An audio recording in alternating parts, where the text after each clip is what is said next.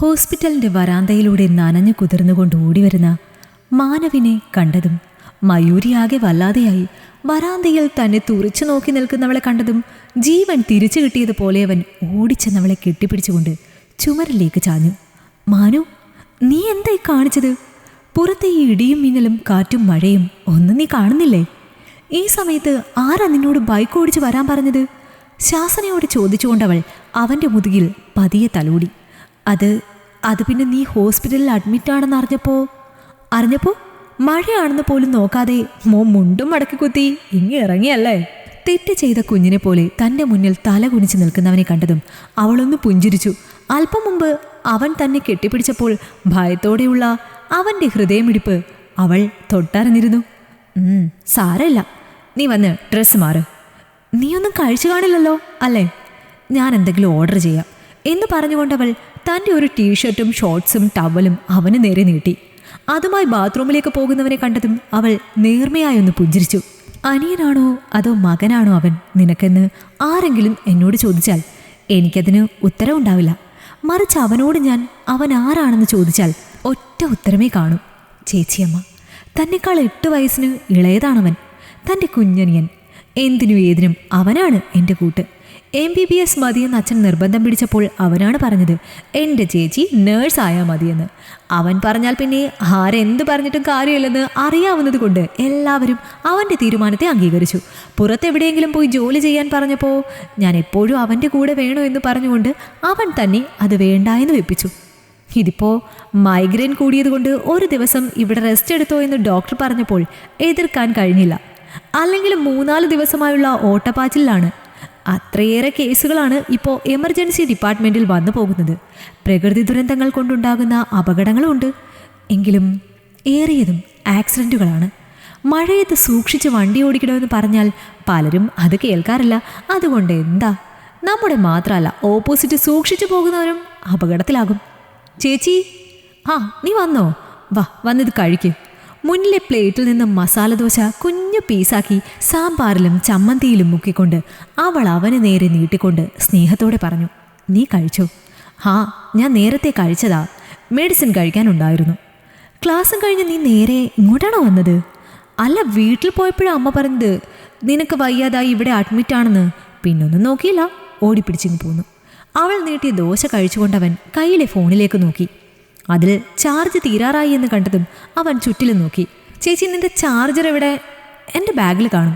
അവൻ അവസാന കഷ്ണം ദോശയും നീട്ടിക്കൊണ്ടവൾ പറഞ്ഞു. നീ അമ്മയെ വിളിച്ചായിരുന്നോ? നീ ഇവിടെ എത്തിയപ്പോഴേ ഞാൻ വിളിച്ചു പറഞ്ഞു. എന്തിനാ വെറുതെ അവരെ കൂടെ പേടിപ്പിക്കുന്നത്? കൈ കഴുകി തിരികെ വന്നവൾ അവൻ അരികിലായി ബെഡിൽ കയറി കിടന്നു. അവൾ വന്ന് കിടന്നതറിഞ്ഞതും അവൻ അവളുടെ നെഞ്ചിലേക്ക് പറ്റിച്ചേർന്ന് കിടന്നു. ആരോ സംസാരിക്കുന്ന ശബ്ദം കേട്ട് ഉണർന്നവൻ മുന്നിൽ നിൽക്കുന്ന ഡോക്ടറെ കണ്ടതും ഒന്ന് പുഞ്ചിരിച്ചു.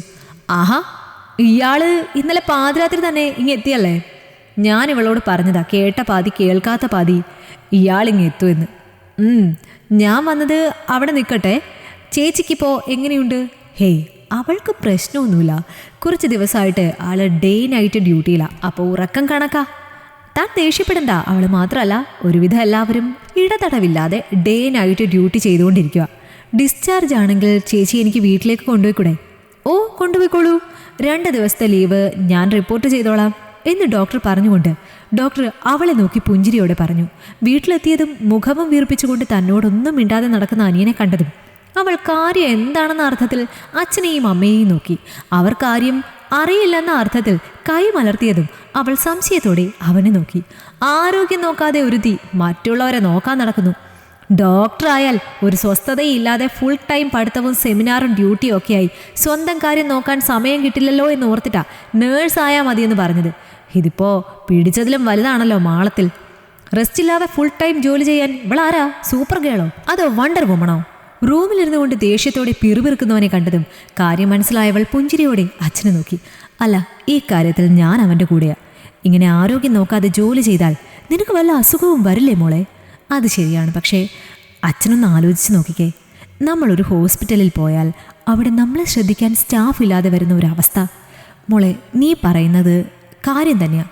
എന്നാലും നീ മാത്രമല്ലല്ലോ അവിടെ നേഴ്സായിട്ടുള്ളത്. എൻ്റെ പൊന്നച്ച, അവിടെയുള്ള ഓൾമോസ്റ്റ് എല്ലാ സ്റ്റാഫ്സിൻ്റെയും അവസ്ഥ ഇതൊക്കെ തന്നെയാണ്. കാരണം എന്താണെന്നറിയോ, പല സ്ഥലങ്ങളിലും ഇപ്പോൾ പ്രകൃതി ദുരന്തങ്ങൾ ഉണ്ടാവുന്നുണ്ട്. അവിടേക്ക് കൂടെയുള്ള സ്റ്റാഫ് പോകേണ്ടതുണ്ട്. അതുകൊണ്ട് തന്നെ ഒരുവിധ എല്ലാ ഹോസ്പിറ്റലിലെയും എല്ലാ സ്റ്റാഫുകളും 24 മണിക്കൂറും ഡ്യൂട്ടിയിൽ തന്നെയാണ്.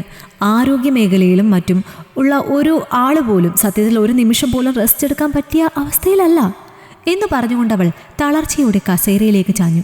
അത് കണ്ടുകൊണ്ട് വന്ന മാനവ് അവളെ താങ്ങി ബെഡ്റൂമിൽ കൊണ്ടു കിടത്തിയ ശേഷം നന്നായി പുതപ്പിച്ചു കൊടുത്തുകൊണ്ട് അച്ഛനെ നോക്കി. ഞങ്ങൾ ശല്യം ചെയ്യാൻ വരുന്നില്ലേ എന്ന അർത്ഥത്തിൽ തൊഴുതുകൊണ്ട് അദ്ദേഹം ഭാര്യയെയും കൂട്ടി അവിടെ നിന്ന് കിച്ചണിലേക്ക് നടന്നു.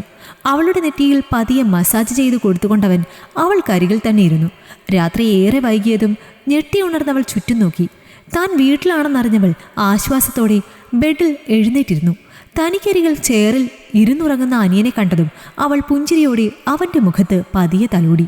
അവളുടെ തണുത്ത കൈ മുഖത്ത് പതിഞ്ഞതും അവൻ ഞെട്ടി ഉണർന്ന് ചുറ്റും നോക്കി. ആ ചേച്ചി എഴുന്നേറ്റോ? ഞാൻ കഞ്ഞി എടുത്തിട്ട് വരാം. തനിക്ക് വേണമെന്നോ വേണ്ടെന്നോ പറയാൻ അവൾക്ക് സമയം നൽകാതെ അവൻ കിച്ചണിലേക്ക് നടന്നു.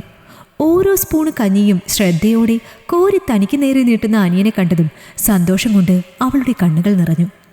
എന്തുപറ്റി? തല വേദനിക്കുന്നുണ്ടോ ചേച്ചി? പ്ലേറ്റ് മാറ്റിവെച്ചുകൊണ്ടവൻ വേവലാതിയോടെ തിരക്കി. ഹേയ്, എനിക്ക് കുഴപ്പമൊന്നുമില്ല. നീ ഇങ്ങനെ എന്നെ നോക്കുമ്പോൾ എൻ്റെ കുഞ്ഞ് പെട്ടെന്ന് മുതിർന്ന ഒരാളായതുപോലെ. അത് ശരി, എനിക്ക് 19 വയസ്സായി. ചേച്ചി എന്താ വിചാരിച്ചത്? ഓ, നീ മുതിർന്ന ഒരു പുരുഷനായ വിവരം ഞാൻ മറന്നു. കുറുമ്പോടെ പറയുന്നവനെ കണ്ടതും അവൾ പുഞ്ചിരിയോടെ അവനെ നോക്കിക്കൊണ്ട് കളിയാക്കി പറഞ്ഞു. ഹാ, അത് ശരി, 19 വയസ്സായ പുരുഷനാ? പക്ഷെ ഇപ്പോഴും അമ്മ ചോറ് വാരി കൊടുത്താലേ ഇറങ്ങും. അവരുടെ കളിച്ചിരികൾ കണ്ട് റൂമിലേക്ക് കയറി വന്ന അച്ഛൻ അവനെ നോക്കി കളിയാക്കിക്കൊണ്ട് പറഞ്ഞു. അതേ, എനിക്ക് പ്രശ്നമൊന്നും ഉണ്ടായിട്ടല്ല, അമ്മയ്ക്ക് എന്നെ മിസ് ചെയ്യണ്ട എന്ന് ഓർത്തിട്ടാ. അച്ഛനെ നോക്കി പുച്ഛിച്ചുകൊണ്ട് അവൻ വീണ്ടും കഞ്ഞി കോരി അവൾക്ക് നേരെ നീട്ടി. അത് കണ്ടതും നിറഞ്ഞു വന്ന കണ്ണുകൾ തുടച്ചുകൊണ്ട് അവൾ അവൻ്റെ മടിയിലേക്ക് ചാഞ്ഞു കിടന്നു.